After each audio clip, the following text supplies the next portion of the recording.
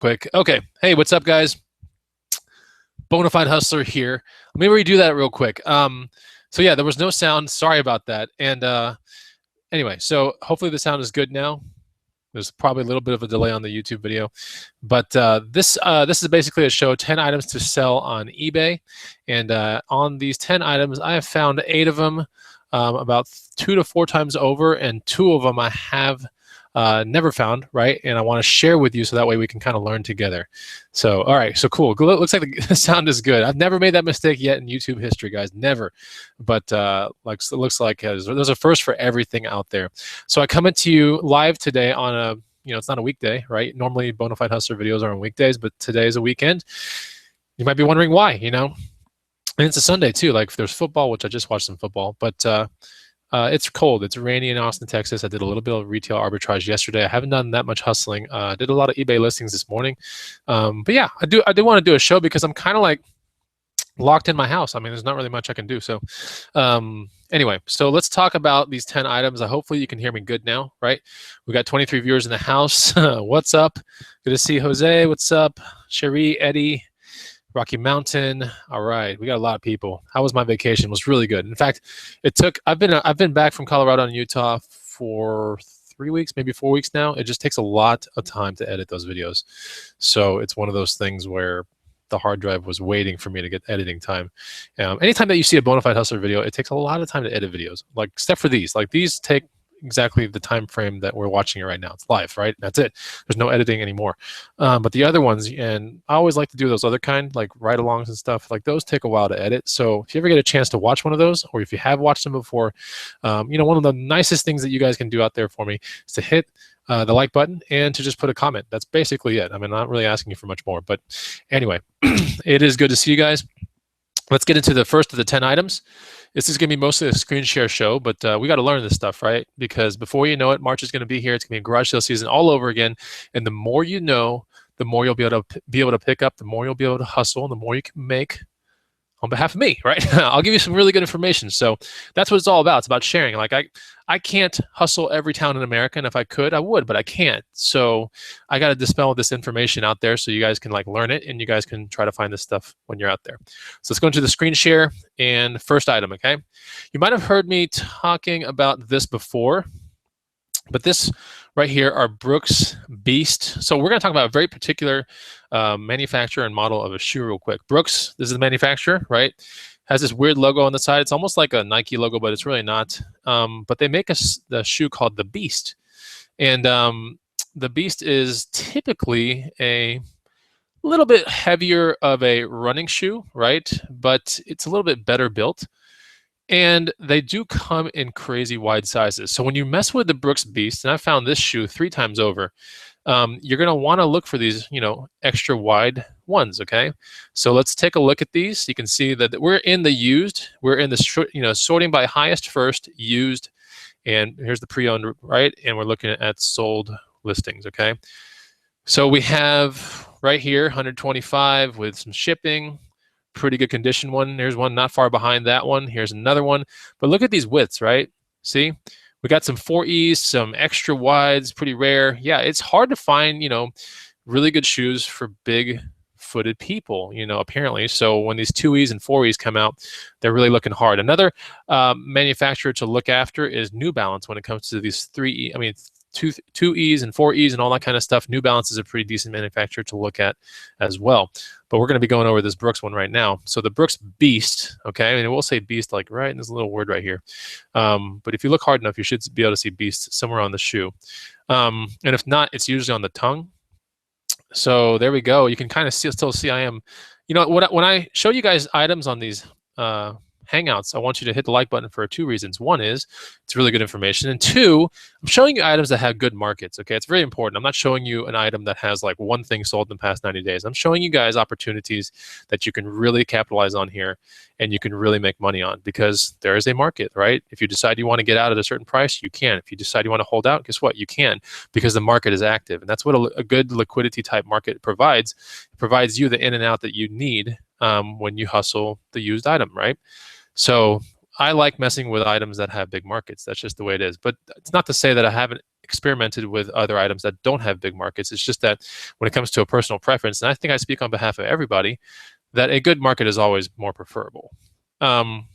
So here we go. Brooks Beast, they're 160 new, but of course, barely used. You can 71. I mean, I've scrolled down 3 times already, and this is the price already still, 72.19. 3 more scrolls, and look at all these. Like we have this. This is probably gonna be the $50 category. We're not even in the $50 category yet, and they're still selling, right? So this is definitely one to look for right here. But just remember, you want to, if you have a 4E or a big shoe like this, right, and or it comes from New Balance, you definitely want to disclose the fact that it is a wide or an extra wide or anything like that. That's very important to put in the keywords right there. Okay, so the Brooks Beast seems to come in 3 different color schemes. Comes in this one, which is the color scheme I have found 3 times over, has been this red one, black one, gray one, and it comes in these other ones right here, like a blue one. They're just really, they're big shoes. I mean, all 3 times that I've found them, they've been pretty big. So that's the first thing I wanted to show you guys is Brooks Beast. Hopefully, maybe you knew about it, maybe you didn't, but yeah, good to at least share with you guys this information. Let me get out of the screen share real quick, say hi to some people that are in the feed. Who do we got in the feed here? All right, some people are saying, what's up, Bonafide? What's up, David? It's good to see you. Maradiaga, I think that's how I say it. What's up, David? Good to see you. There was someone else, Jose De Paz, says, keep those other videos coming. They're great. Yeah, I like filming my vacations, most of them. I didn't film 2 of my vacations this year. And I kind of regretted it, honestly. So it's just one of those things. It's not there to kind of show off or anything. It's there to show you guys that there's more to life than just money, right? And there's a lot of things that you can do that's so off the beaten path, that's not touristy or anything. And that's the reason, that's the way I kind of like to live my vacations. But anyways, so yeah, it's good to see everybody. Happy Sunday to you, Oz Worldwide. Very curious. I've always asked this in every one of my show, but if you are part of my green room, which is the private Facebook group, let me know. Just put a G down below or G in the comment feed, and I'll be destined to see it for sure. Okay, let's go into the next item. Let me screen share this with you guys. Let's get back to here. All right, present to everyone. All right, so the next item that I want to talk to you guys about is a little bit more niche, and it's within this one thing. So vintage camera strap. All right, so look at these right here. Not so much these 3 because this one just doesn't really count, but all these other ones, especially these Disney ones, and this other one that's really interesting too that I have actually found, I think, twice. But anyway, so we have these. It's going to be hard to find this one. Now, when you start finding them like this at a garage sale, believe it or not, you can lot them up, and that's cool. And if they say vintage rusty, they could have rusty ends and all that kind of stuff, which is quite common because it's usually a metal piece that clips into the side of the camera right here. But these are essentially camera straps that go around your neck, right? The one that's really cool to look for is this one. This is a really terrible picture of it, by the way. This guy did a really poor job. He could have got a lot more money if he got a better picture. So let's see what's wrong with his picture, and you'll see why. We'll go into this ad real quick, and we'll take a look. And right here, as you can see, this is the pictures that should have been the first picture. I have found this twice already, this exact strap. And look at what it's bringing for, right? 55 bucks, free shipping. Isn't that pretty crazy? 55 bucks. That's crazy. And this thing doesn't weigh any more than like 12 ounces, not even that. So this guy messed up big time. You probably could have had an extras 20 bucks on this thing, but this is the picture you want to have. Better lighting, because that's not good. Why would you want to sell camera straps with poor camera pictures, right? You got to get better lighting than this, So and it's very easy to do. So that's the one. That's definitely the one. The genre is vintage camera straps. I wanted to, bring it up to your attention, right? Because you can see these like hippie bohemian style camera straps, and you can put hippie. There you go. Bohemian's also a really good keyword. Some people have put these in. I've seen it a couple times here and there, but we can see that the Epcot Center one here sold, with a pretty decent picture. Not the best. I could have shot a better picture than that. 45 bucks right here. Some of these little hippie style ones right here, 36 bucks, a lot of the 3. I personally would have just done each one at 25 bucks, and I bet you it would have sold better. But yeah, you can take a look at that. Some stupid watch. Here we go. Here's a vintage Walt Disney camera strap. So, the Disney Epcot and the Disney one right here. Here's another Disney one. Definitely something to look out for. There's another one. So, pretty decent market. Not a bad market. The Epcot one, when I found it, has, it's usually been garage sales, I believe. It was not any other way. One of them was from a pick that I did in a town that was like an hour away many years ago, but pretty cool. Yeah, Osworldwide's like, he's reminding me, smash the like button, folks. That's right, smash it up. Definitely a good thing to do. It supports the video. It's not really much to ask for. So that's the other thing I want to show you guys is vintage camera straps, and then more specifically the Disney ones and the Epcot Center one. So very, very cool. Let's talk about the next one down on the list, which is this is pretty interesting. It's called ball head grip. Grip ball head, pistol grip ball head. Okay, so I found these many times over. So you see this part right here. What I'm talking about is basically this part, as you can see it right here. So this is basically on a tripods that are used for, commercial use and for like super photographers and all that kind of stuff. But they got to be able to like, pivot their DSLR camera, which is a pretty heavy camera, forward, backwards, whatever, and then be able to just do it really quick without actually twisting something. Okay, so most of the things have twist knobs. This thing has a grip handle, almost like a squeeze cocker handgun, which you probably have no idea what that reference is. But anyway, so you grip this thing right here, and then you put it to any position that you want on the ball head, which is there's a ball in there, and the camera is fixed. The second you let it go, it is iced down, like it is super fixed, and it's a very quick way to get these, whatever you want to call them, shots, modeling shot. You can do all kinds of stuff just with that pistol grip. So look for pistol grip type stuff. Let's go into the used ones because I don't think it's fair to go into the new ones very much. But Vanguard, you want to go with Manfrotto, Bogen, BOGN, and Slick. All these are really good. So here's Manfrotto. You'll find these at garage sales. You got to keep your eyes open, but you can find them both together. It's amazing. You find just the top piece, it's all good too. The top piece is going to have an actual code on it, and that's very important when you make your, listing. Here we go with like CO. So it's basically a 3001 tripod, right? 3001 model number for the tripod, paired up with a 3265 pistol grip ball head, which is this thing right here. Here's a 3625, ball head right here. As you can see, there's always the numbers. All right, it's very important. If you're like, where the hell do I find the numbers? It's actually on the thing, so don't worry about it. So we can take a look at this one right here. This is just the pistol grip action ball joystick, very easy to spot kind of thing when you're at a garage sale. And it's very easy to test because basically you put it somewhere fixed and then you pull the trigger and you let it go and you see if it holds in that position or not. And that's essentially the way you can pretty much test them out. But if you look carefully, I believe on most of them, there you go. So there's the actual model you can see. So it's really easy to get all that stuff off of that one thing. It also is a plus if you get the plate with it. So this one has the plate, the adapter plate, right? But for the most part, this is pretty much something I wanted to show you guys. When I have found these, I usually find them with the tripod for some reason. I just have. So one of the ways that you can move this, if you don't want to go eBay, because the shipping box gets kind of ridiculous looking when you do this. All the times that I've ever shipped off an intact bottom and top unit, it's been through Craigslist. I mean, anytime I've sold one, not shipped off, but anytime I've sold one, it's been through Craigslist. There's, Austin, Texas, where I live, tons of photographers, tons of people doing video stuff. It was a really easy market. But so suppose you don't live in one of those kind of things, then you have a couple things you can decide. You can break them apart, and you can sell one for a certain amount of money, and then the other for maybe more. You can pair them together and then try to find a big box. So, or what you can do is see if you have a audio video camera store within your vicinity that's pretty professional based, and see if they do consignment or buy sell trade or anything like that. And that's definitely another way you can get rid of it. So but yeah, you can actually see that the used market's doing very well.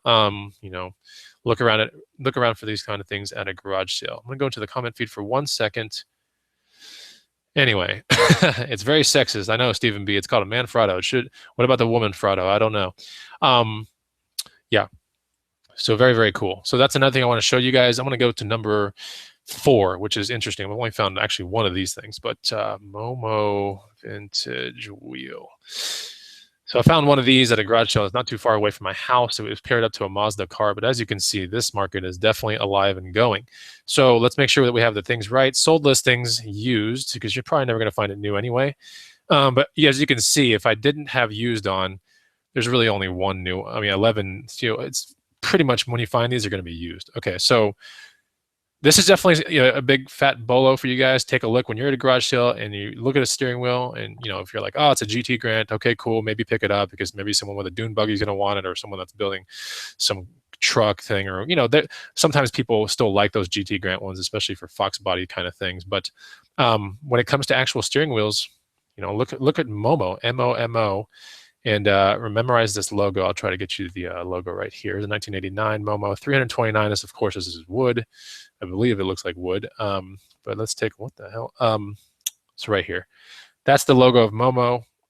That's the logo I've always known it for, and it's very interesting. So there's that to look for.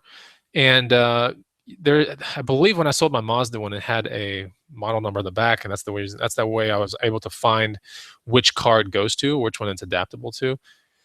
So here we go. You just look up the model number. Mine had a number on the back, and that's the reason why I found all kinds of stuff, whether it was a 380 or a 350 millimeter. But you can see we're still, 4 scrolls down, and look at all these right here. I mean, they're nice. Right, here's one for a BMW. Gosh, very rare. All wood, very cool. The one that I sold almost, I mean, it wasn't like this, but it was getting kind of similar to that. It was more like this one. But so here's one for Momo Honda. This one's BMW. Lots of BMW ones, it seems. Lots of Porsche, right? This one's really neat too. So this is definitely something to look out for. If you're just going to a garage sale and you see a bunch of parts and it's someone that works on cars, I mean, just take a second to look for a decent steering wheel. Because I pick up anything that looks like this or GT Grants or anything that can be put on a dune buggy, like I'll pick that up and put it in my booth. But if it's a Momo wheel, the last and only time I've ever found a Momo wheel, it went to eBay, and it was very easy to ship off. I mean, these are not very large. The other thing that you can take a look for, and this is kind of an extra bolo here, is a button like this. These I have not found, but this is just the button inside, right? The horn button inside the wheel. So look at that, right? 190 bucks. That's pretty crazy. Look at this one. A Jaguar one, a BMW one, a BMW one, Datsun. I mean, look at the buttons, right? Pretty cool stuff. So definitely something to look out for. That's the bolo right there. So if you can't find the wheel and you just find the button, hey, never know, right? Just put it up on eBay, front and back pictures, 12 pictures, and someone will decide whether you can just, I'm pretty sure you could find a way to sell that thing. It wouldn't take very long. So there is that. What's up, Josie Rosales? What's up? What's up, Chicago Crown? What is going on, Eddie? 70 viewers here. Wow. Very cool. I need to go back in my feed and see how many people were saying G. So we got about, a little bit over 10% of here being green roomers. How do you like the green room? Let me know. Very curious to know what you guys think of it, those that are in there. Okay, so let's go into the next one. And this one's cool because this one I've found multiple times over, and I sell a majority of these in my booth, but the really rare ones I've sold on eBay. So vintage. This one's awesome. Like, these are great because these usually don't cost very much at a garage sale when you find them. And usually it's always garage sales where you'll find these. So we'll go to used, sold, and we're looking at vintage pennants, okay? So look at these. Look at these sales prices, right? If you go to an estate sale or a garage sale or whatever, and you find a stack of pennants, and some of them are, of touristy things like Grand Canyon or something like that, that still has small amounts of value in lots. But when it comes to like sports teams and everything, you might want to look those up, because I'm trying to think. The last one that I sold, I want to say it was a Chicago. I think it was a Chicago Cubs one.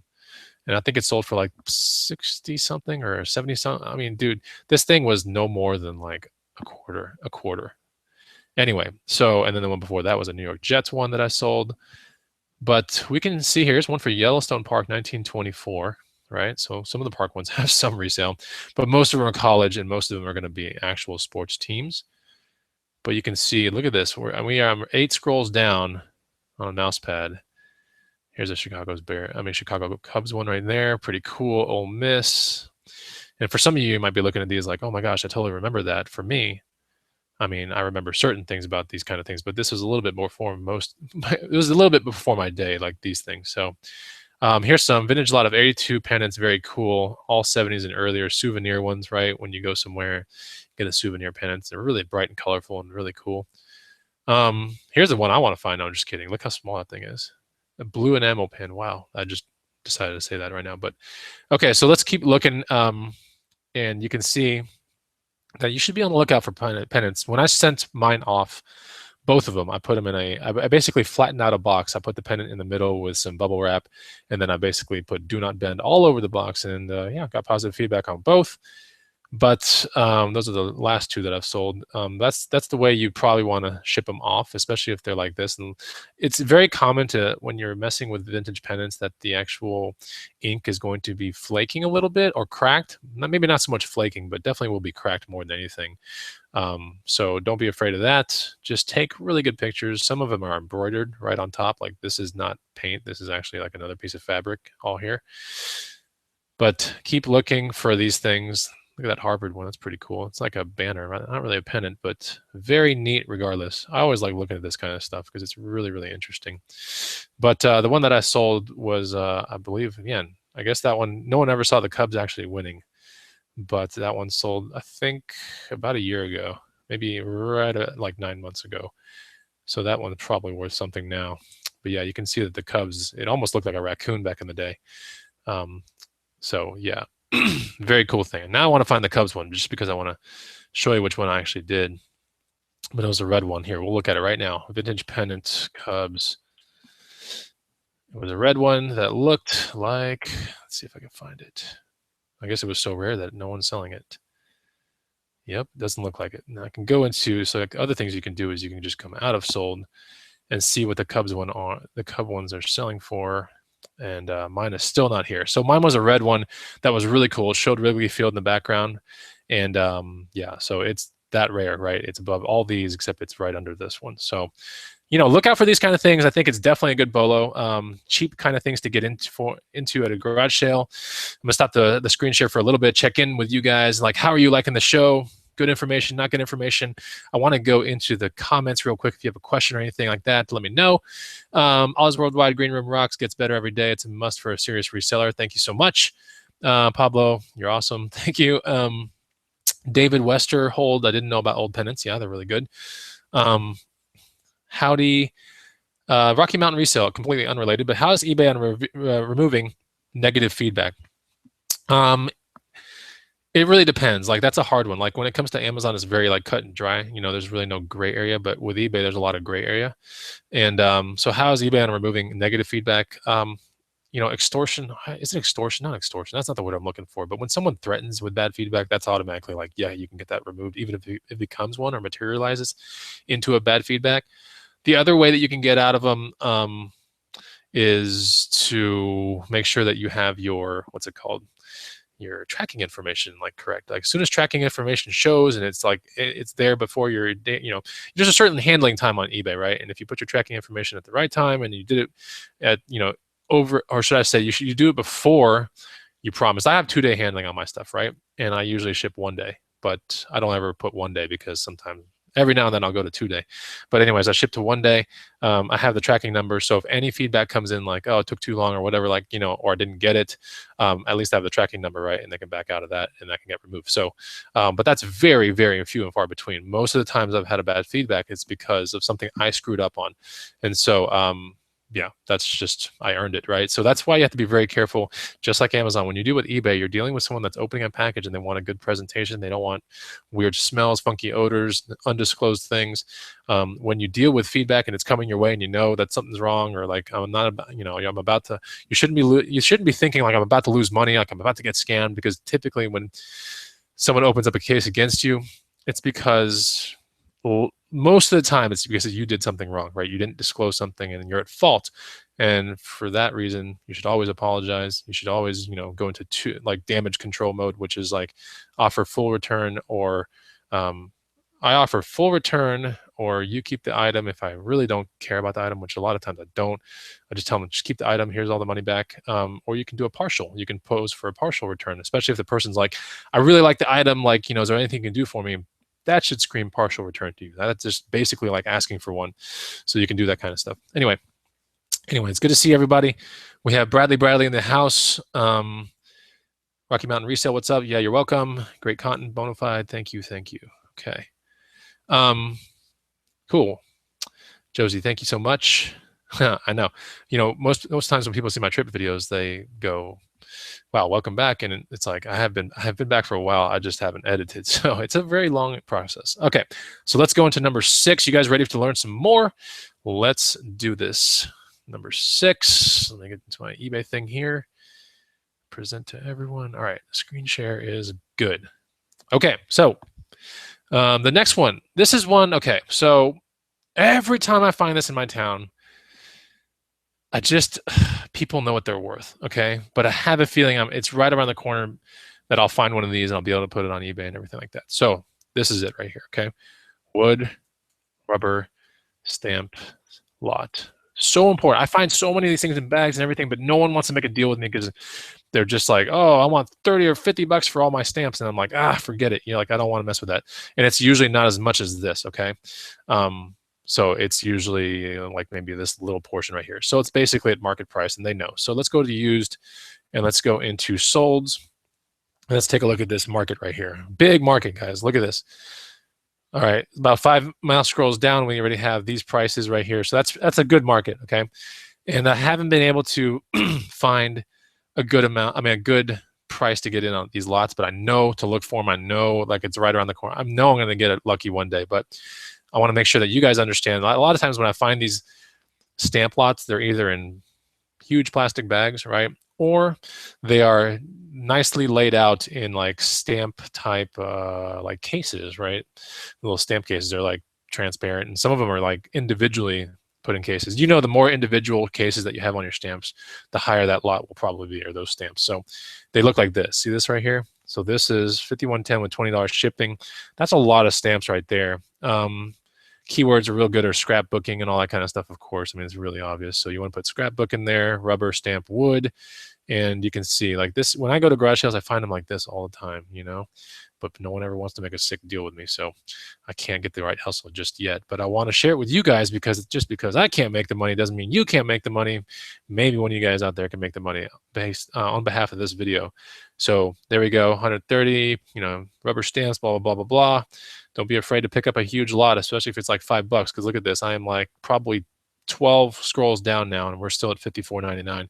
That's a pretty big market right there, guys. Now some of these are not vintage, but they're right, retro, right? So most of these from the 90s, right? So that's pretty cool. 586 bids. My guess is there's maybe a batch in here that these collectors know about. I don't know what that would be, but like that's my guess is, you know, there's 1,000 wood stamps. That's cool, but there might be something really, really important there that I wouldn't know yet. So anyway, there you go right there.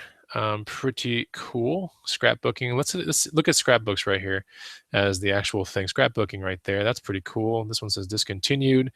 Scrapbook. This one, oh yeah, scrapbook right there. Scrapbooking seems like a really good keyword to put up there. Definitely want to put wood, rubber, stamp in there. But yeah, you can see scrapbooking, another one, scrapbooking here. There are the keywords for you. Something to look out for. I want to make sure you guys understand. Have you guys found one of these wood stamp lots? Let me know. I'm curious because I have not. I have found them, but I have not hustled them. They're just impossible to get a really good deal on. So let me know. Okay, so let's go into this one's really cool. I want to show you guys this.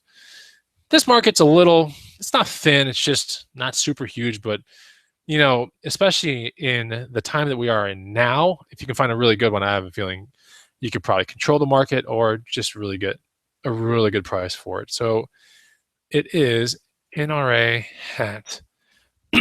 As you know, gun control is always a very sensitive subject, right? And NRA is basically National Rifle Association, gigantic gun-loving type club in America. So let's disregard these top ones right here, but starting right around here, Southern Tide cross guns, that's NRA as a keyword right there. So anything with guns in the hat seems to be NRA is a great keyword for that. Life member kind of looks like a naval hat right here with some, I guess, leaves or feathers. I don't know, but yeah, pretty cool. Another one that looks like a naval hat right there. Vintage NRA, National Rifle Association oak leaf cluster hat, $29.95. Another Southern Tide NRA type theme kind of thing right there. There's another one right there. This one seems to be a really good one to find. But now 3 scrolls down, we're still at about $24 with the shipping included. So definitely something to look for. These little NRA hats, pretty cool, right? Hats don't weigh more than like 4 ounces, if that. So it's a really easy thing to ship off. And it's nice. Like, here's a nice truck. Oh man, I would totally wear that. I really, honestly, when I was looking through this the other day, I really wish I'd had this lot. This is a really good price for a trucker hat lot right there. So anyway, I think I might start getting a bunch of trucker hats from eBay because they're wonderful sellers in my booth, and I can never get enough of them. So, but something to look forward to hustling. NRA hats. Just wanted to let you guys know about that. I'm sure I'm right around the corner on finding. This is another one of the ones that I have not found. This is the second one, and then the last one that we're going to talk about. I have first line knowledge with these next 3, but you'll see. But anyway, okay, so that's that right there. The other one I want to show you is very particular, but this is pretty cool because this is a very widespread produced reel, right? It's called a pen signature. This reel's awesome. I found this reel 3 or 4 times over at least. So now you're probably not going to be finding. You might be able to find some of these right here, but most of the ones that you're going to be finding are these other ones that are maroon-ish. So a pen senator essentially is a saltwater, kind of like a deep. It's not really deep sea. I guess it is deep sea big game, but it's traditionally, I guess, classified saltwater reel. Really nice. It's definitely how do I say this? This is a tested and true and tested design from even retro days. Like this, just awesome reel. So the ones that I found them for $5 a piece. The last 2 that I sold were these maroon ones. There's not that, but I'll show you here in a second. So the black one's pretty cool, and you can still buy these I think today. But the actual one that you'll most likely find, whether it be in an auction case somewhere or whatever, you'll find these. See that right there? That signature right there. So that one's a pretty cool one. They have a little maroon side to them. There it is. You can see kind of the maroon part. So when I found mine, they were pretty awesome, pretty good condition. Sold them for great money. Didn't have the actual rod with it or anything, but it doesn't matter. That little switch is very important. So test that out to make sure that the thing can actually cast. You have to test out all these little things to make sure that it actually reels in okay, the bearings are good. But for the most part, yeah, check that out to make sure it free spins and check it out that it engages. Pretty easy thing to hustle. Yeah, so that's the one that you will normally find will be this one right here. But something to look out for. Pen Senator, I always look out for pen reels anyway, but the Senator seems to be the one that most people have bought, and I just happen to find it every now and then. So that's something cool to look for. This one's pretty interesting because I actually have one of these in my house. Buck Woodsman. Buck Woodsman knife is pretty cool. It was a really widely produced knife in the 80s, right to the early parts of the 90s, like really wide. Like you can get this thing anywhere, right? It was a very common knife, but even today, like it's still a pretty pricey knife. Not pricey, but it's definitely not cheap. It's right in the vicinity of, I would say, maybe Benchmade or CKRT or any of those, or CKRT, however you say it. But it's a really cool looking knife, right? It's not exactly very large. They make some big ones, but for the most part, these are not that large. So hopefully we'll see someone's hand with it here in one of these pictures for size reference. You can see a Buck Woodsman, it's got model numbers on it and everything like that. A B102, Buck Woodsman 102. Sells for about $100, all the way down to really crappy condition, probably around 40 or so.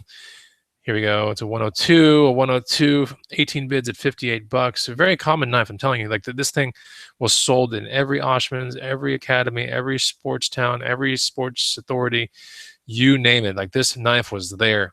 It's a very common knife, but it's harder and harder to find them. So they still make them today, but to find like the older ones, yeah, a little bit harder to find. So anyway, so it's a really cool knife to look for. There you go, Buck Woodsman 102. And as you get up here, you get the more vintage ones and the more retro ones, as you can see. Yeah, here we go, 1960s, 1970s on this one, 1970s. I think the one that I have in my other room is a 1980. It looks kind of like this one right here. But the Buck Woodsman, check it out. I mean, check out for that knife. It's pretty cool. Likely when you find it, it might not be even sharp or anything. That's okay. You could just say it's not very sharp, and everyone knows what that means, and everyone's going to be able to sharpen it. Don't worry about it. So something to look forward to. I want to go into the comment feed real quick and see what everyone's saying. Sandy Bow saying fishing stuff is good. Look at downriggers. Pain to pack the larger ones, but good profit. Okay, we'll do. Cool. 509 Muneka says, I had heard vintage trucker hats were good sellers. I bought a big lot of them. Only 2 have sold. The rest are just sitting. I sell majority of my vintage trucker hats in my antique booth, but when I have a really good one, I will put it to eBay. It's all about subject matter and nostalgia type stuff. So, trucker hats do really well when it's really interesting things like, true trucker hats like John Deere or something tractor this, or when you actually involve old school farming, with trucker hats, that's always good. Trucker hats with oil memorabilia type logos and all that seem to do really well. Even trucker hats from places like Epcot Center, for example, do really well. You just have to find the right hat, and it has to have some sort of nostalgia. Like, you wouldn't want to have a trucker hat that says like paper company, something, Boise, Idaho. Like, that's not the market for that's not really big, as opposed to a trucker hat that might say International Harvester, for example, or like one that's in my booth that says Jack Daniels Field Tester. Like, that's a cool trucker hat, right? Everyone knows about those things. Okay, so let's go. Okay, let's go into the next one, which is the last one, which is really cool. So suppose you find Tycho tracks. These are, I just sold one the other day for like $60 something, but if you can find these, that's great. Just the actual intact set of anything Tycho, it seems, right? Motor City, Formula Tycho. Let me make sure I'm not used. I've got to be unused because these like really are never new. Like, hardly ever you find it new. The trucking one's really hard to find. I've never found this in my life, but something to look out for. So the track is worth a lot of like money. Okay, so like the track and certain pieces of the track are worth some good money. But more important is just if you can't find the cars, then you can sell the track by itself, and that's cool. But the cars have some really good value as well. So here's a track lot right here, right? A large lot of Tycho racetrack with specialty pieces, $189.99. More than likely took $150 with free shipping is my guess. But essentially, this stuff's pretty light. It's not exactly very like heavy stuff. Some rare track pieces in there. It could be the part that goes uphill up a wall. Who knows? It could be like a really crazy bank turn that's hard to find. But you lay them out in these, any which way you want. As long as these are all like, they're kind of like Legos. They're interlocking, and you can make this track as large as you want. But you're going to need to buy extra track from somebody. So like this guy, who has 100 pieces of extra track, sold it for $100 plus 20 in shipping. And, I bet you right now to ship this off was less than $20 assuming he was in the center part of the USA. And some of these could be rare pieces. But for the most part, if you're looking at these Tycho things, look for the intact sets, yes, but you're likely to find things wrong with the cars and all that kind of stuff. Certain cars have great resale as well. I have sold. Let's go into the cars. This is your extra bolo right here. So Tycho slot car. Whoops, D-lot. Slot car. This is cool. Like, this always and there's other brands like AFX Aurora. So we won't look into these right now, but we'll look into Tycho and we'll look into used because really hard to find them new. You might, but it's super hard. I have found actually some new Aurora stuff back in the day, but it's just very hard to find a Tycho one. So look at these Tycho cars, right? These are just the cars that go around on these tracks. There's a bunch of cars. Like, these guys are total aficionados. Let's get down to the onesies and twosies. So when you find a single car, like, which is more likely going to happen at a garage sale, you ain't going to find a whole lot of cars. Like, it's very, very hard. But like, if you find just one car, or let's say you find some track and you find a car with it, it's very important to look up the car, because certain cars, like this one right here, sold for $274. That's a little bit more rare of a car probably. So let's go into something a little bit more common, like a Corvette or a Lamborghini or one of those. Let's go into 4 and see what we're at. Look at this market. It's still alive, man. Look at that. Crazy market for this kind of stuff.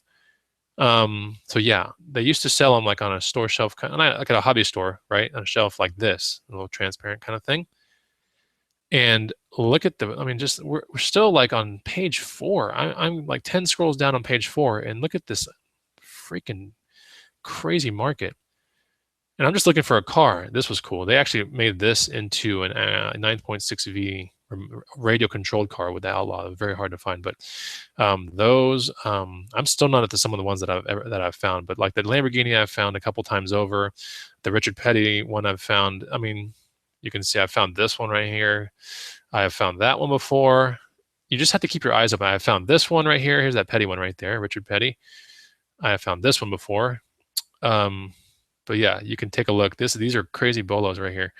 I hope you enjoy them. I found these before, not all three of them, but different. I think it was a black one or something, and the part of the wing was missing. Who cares? Like, the person doesn't care. Like, they're just, these people, even if it's for like $30, they'll buy them. But take a look for that kind of stuff. Very, very, big kind of thing. I mean, look how big this market is. Unreal.